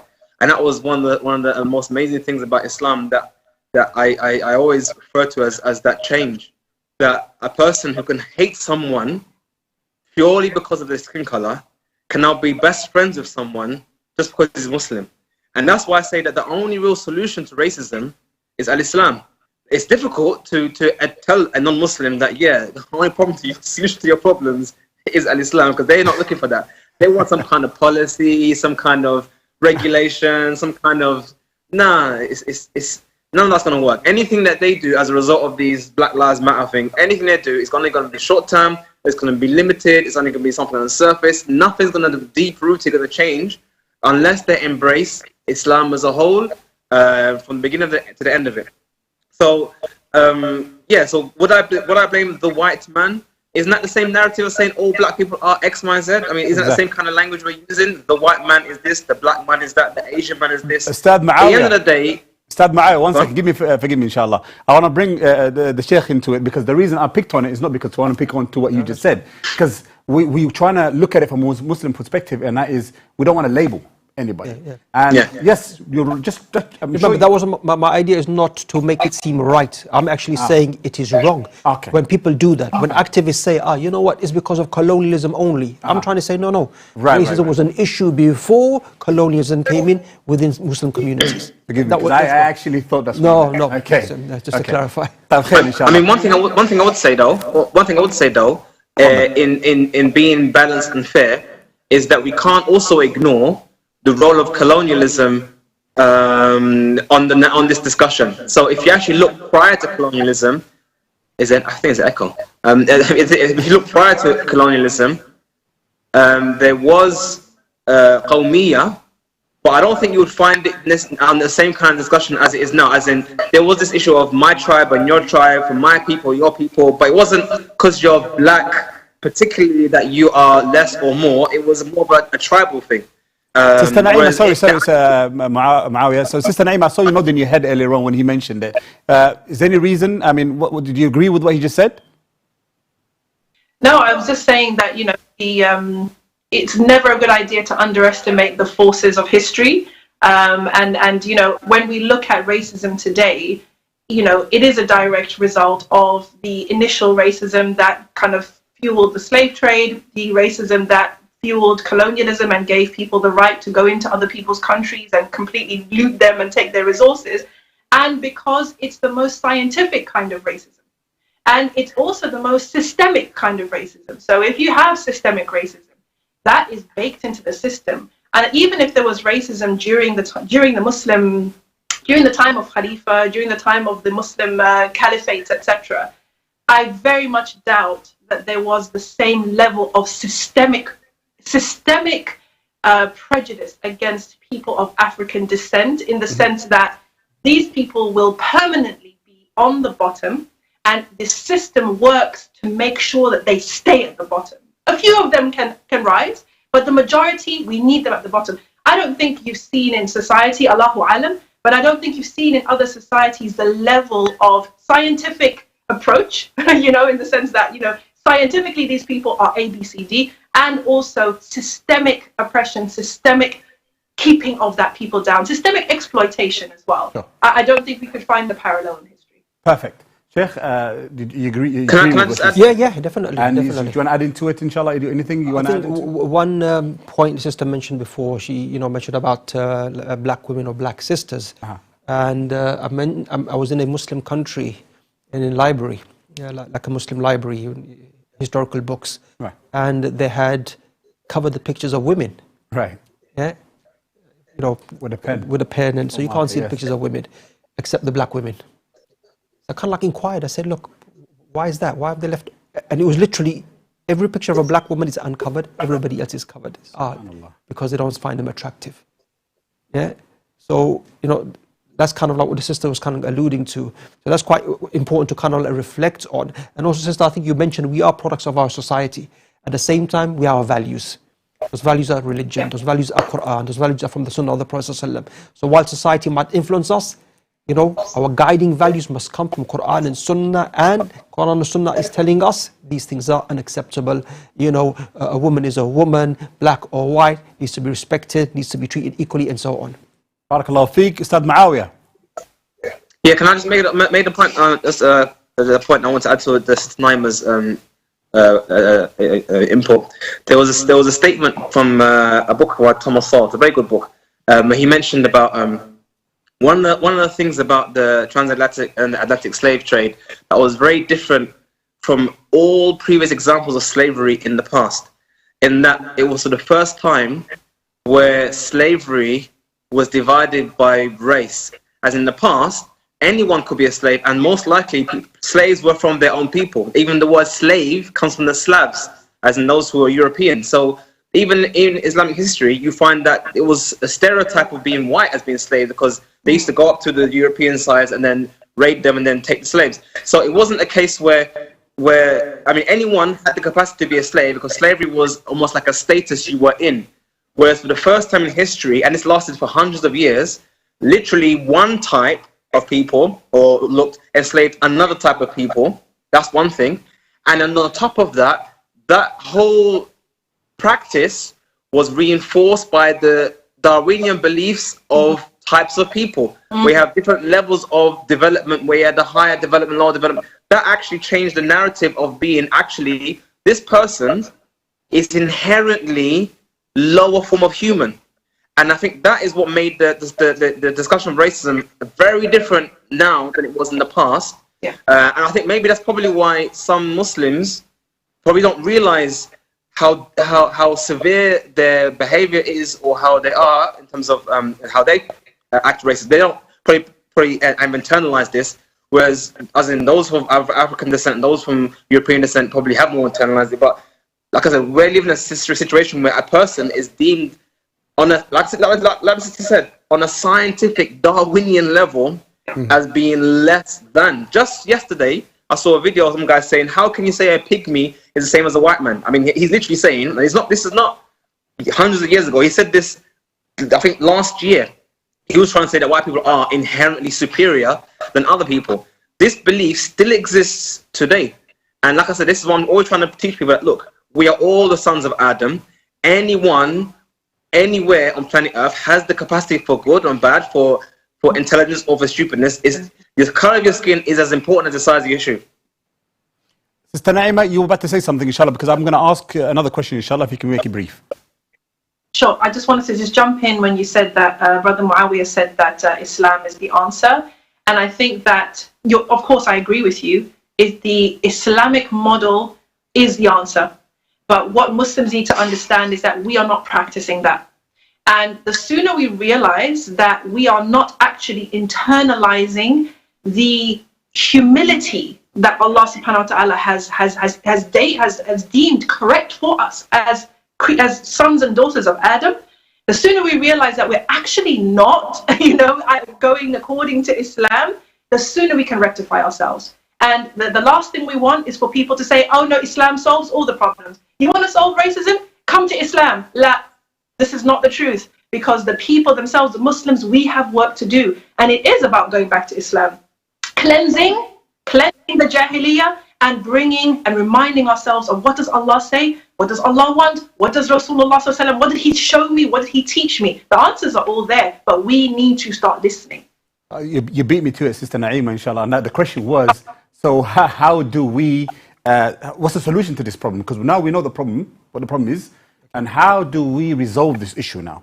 And I know this is not a one-man way of actually resolving it, but as a community, how can we resolve it? So inshallah, Shaykhana, we'll start with you, inshallah, and then we move on to I think a key issue, and I think both Sister Naima, Brother Muawiyah, and even Mufti Menk kind of like alluded to, is, acknowledging there is a problem. The problem is, I'm talking about within the Muslim community. So the non-Muslim community, of course, the issues are there. Within the Muslim community is a problem. I gave examples earlier on. I didn't mention I was in two masajid in a part in London, two different masajid, two different ethnic communities. And in both communities, one brother from the masjid, he said to me in his language, oh, those monkeys. SubhanAllah. Yeah, those monkeys. Another brother in another masjid, same term. In another language, those black monkeys jumping around, this and this. I addressed it at that time with them. In those masajid, they invited me to do the khutbah at some date. And I mentioned it while those two brothers were there in the different respective masajid. There's a big problem. And as I mentioned, we need to listen to our black brothers and sisters. They're our family. If they're going through anything, any issue, feeling they're being mistreated, the first step of solution is to listen and understand, internalize it in ourselves. Sure. Then comes to the issue, is the second point, in terms of, after knowing it exists and it's a problem, how are we going to resolve this process? And Naeem alluded to, because we all know the text. Sure. Those texts are straightforward. So what is then the problem? The problem is we're not internalizing and putting that into practice, which should be the next step, i.e. practice and live our Islam. Those are the main 2 points. Barakallahu feek. Muawiyah, inshallah, your intake, inshallah. It's interesting because as I'm listening here, I'm literally reminded of a message that those who've been in Islam long enough will know this message. Tasfi wa tarbiyah. Shaykh al-Albani, rahimahullah, mentioned decades ago, before I was a Muslim, a message. He said that Muslims need tasfiyah wa tarbiyah. We need purification and we need cultivation. And I think back then when I first heard that message, that da'wah, I internalized it in terms of aqeedah. We need to purify our aqeedah, we need to cultivate ourselves in aqeedah, and that's great. And that's very true. But the longer I am Muslim, the more I learn about Islam, the more I realize that actually what the Shaykh really means is the purification of everything. Not just our beliefs, not just saying Allah is one, the Messenger is one, and the angels are one, but we are one. Our economy is one. Everything has to be strong and it's not. And what I find with Muslims is that we're only willing to accept parts of Islam, the easy parts of Islam, and not willing to accept the difficult parts of Islam. I mean, just to give an example. Someone asked me the other day about, is it okay to get credit cards? Can I take a credit card out and whatnot, if it's interest-free and whatnot. I just replied back saying, you know, as Islam, we should try to stay away from riba, number one, and also try and stay away as much as possible from living on loans, because Islam encourages self-sufficiency, spending on our means and whatnot. And they actually got angry, saying, no, I mean, I want to just answer the question, is it allowed? Not yes or no? Yes or no? And what I realized from the way they responded was that they weren't really wanting to live Islam. They wanted to live the way they are living, but just wanted some kind of fatwa to kind of rubber stamp it. And I think that's what we're dealing with at the moment with Muslims. We want to rubber stamp our actions. Oh, it's okay. I'm not like this. Yeah, you know, that's why we find this issue of brushing things under the carpet, because no one really wants to change. I mean, 2 years ago, we had an incident of a brother saying, stop being black. That kind of blew up, kind of. But what you find, unfortunately, that there were many people, du'at even, who were saying, brother, this is fitting, don't talk about it. Let's put our dirty laundries out there, let's keep it quiet, let's not.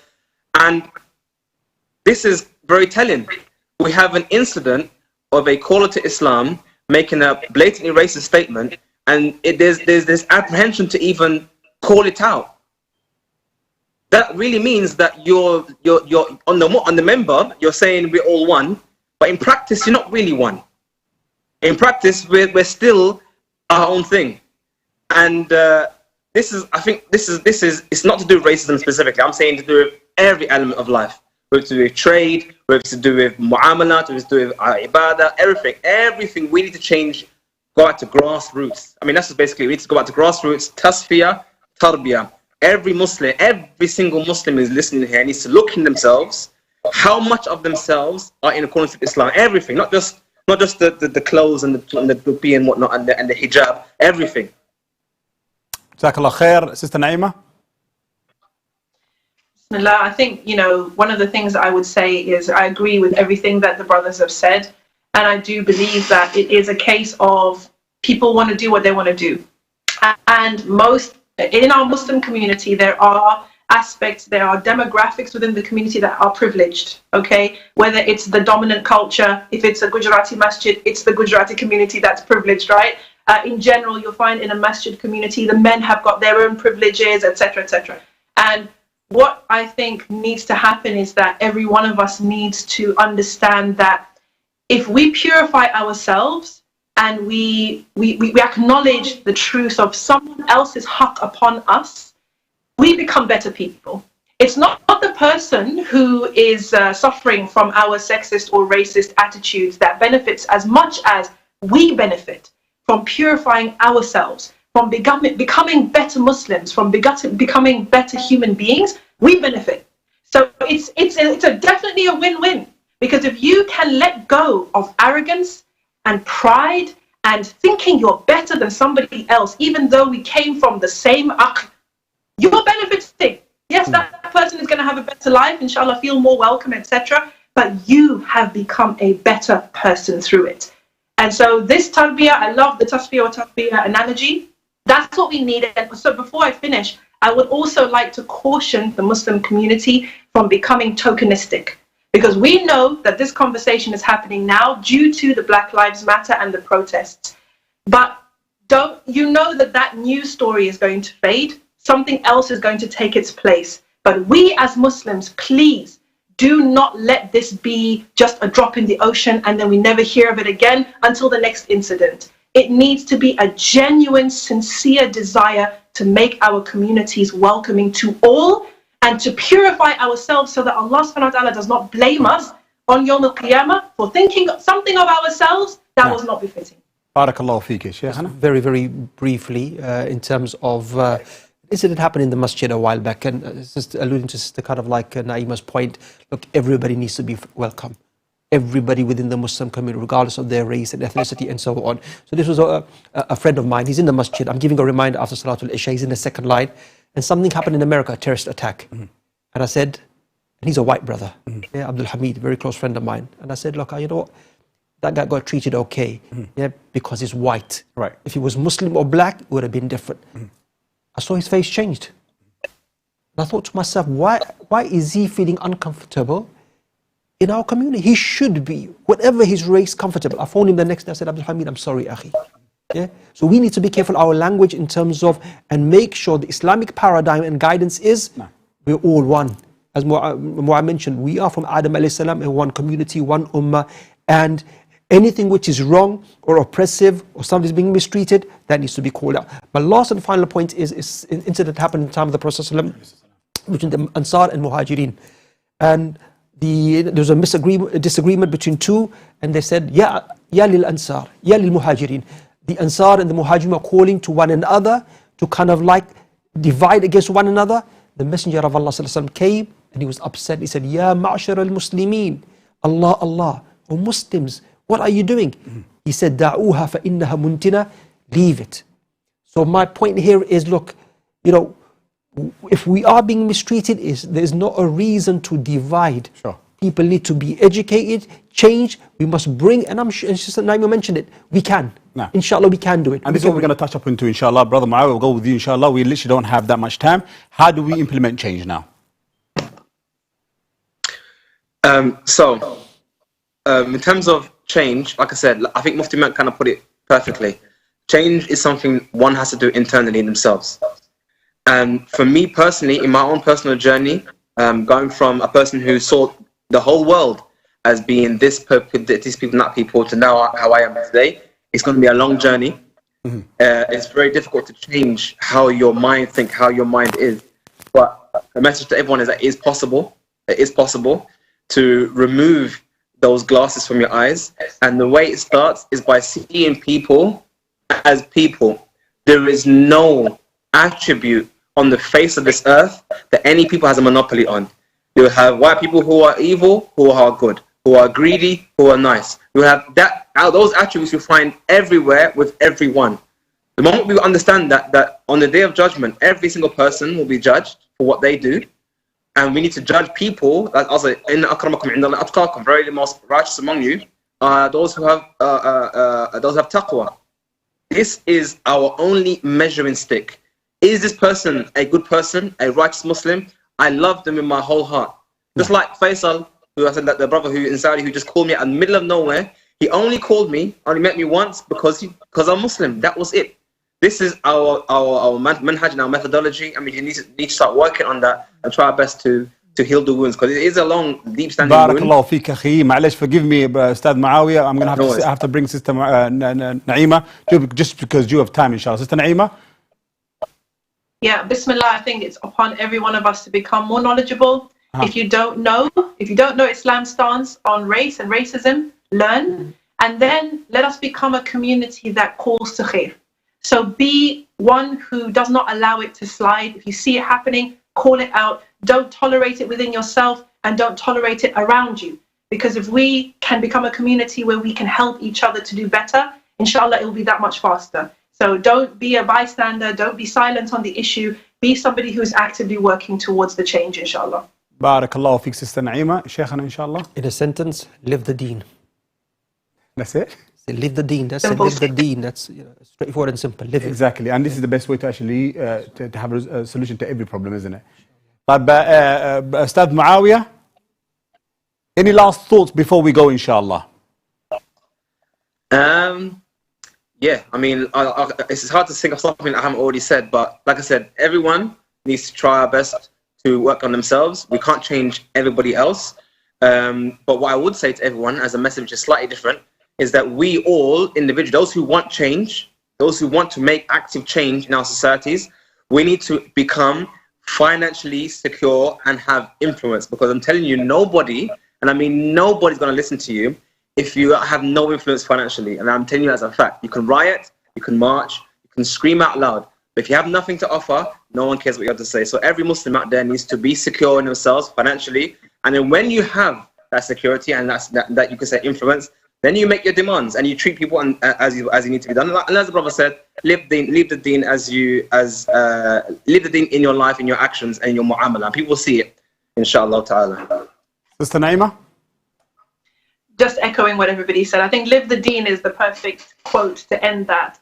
Just, learn your deen, live the deen, and walk on this earth humble, somebody who is hopeful of Allah's mercy. We don't have any space in our lives for pride or arrogance of any kind. So may Allah protect us from that and make us of those who have soft hearts, who are ready to learn, ready to change themselves and become better versions of themselves, inshallah, all the time. Inshallah. Yes, inshallah. I think Sister Naima, Ustad Muawiyah, inshallah, let's start the discussion, organize events, inshallah. Inshallah, I'm very confident our community, the Muslim community, especially in the UK, is a very beautiful community with discussions and change and living the deen. Inshallah, I think we can have a major impact. And I also believe what's happening in America, even here in terms of race issues, we should be the leaders. Let us by living the deen, show the others what really, Islam is about. So inshallah, I'm confident that can happen, inshallah. Inshallah. Barakallahu feekum, brothers and sisters, and I'm hoping everyone else has actually benefited from it. But Ustad Muawiyah, may Allah reward you for taking part in the show. Sister Naima, thank you very much for coming to the show, Shaykhana. May Allah reward you. And Ustad Shaykhana Mufti Minks as well, we don't miss him out. Shaykhana, may Allah reward you for every step you've taken to be here in the studio with us. And may Allah reward you all for taking part. And I hope Allah subhanahu wa ta'ala make it easy for us and brothers and sisters, inshallah, that Allah makes it known for us to become better Muslims, inshallah. Join us next time, inshallah, for me and the Shuyukh and our guests. Assalamu alaikum wa rahmatullahi ta'ala wa barakatuh.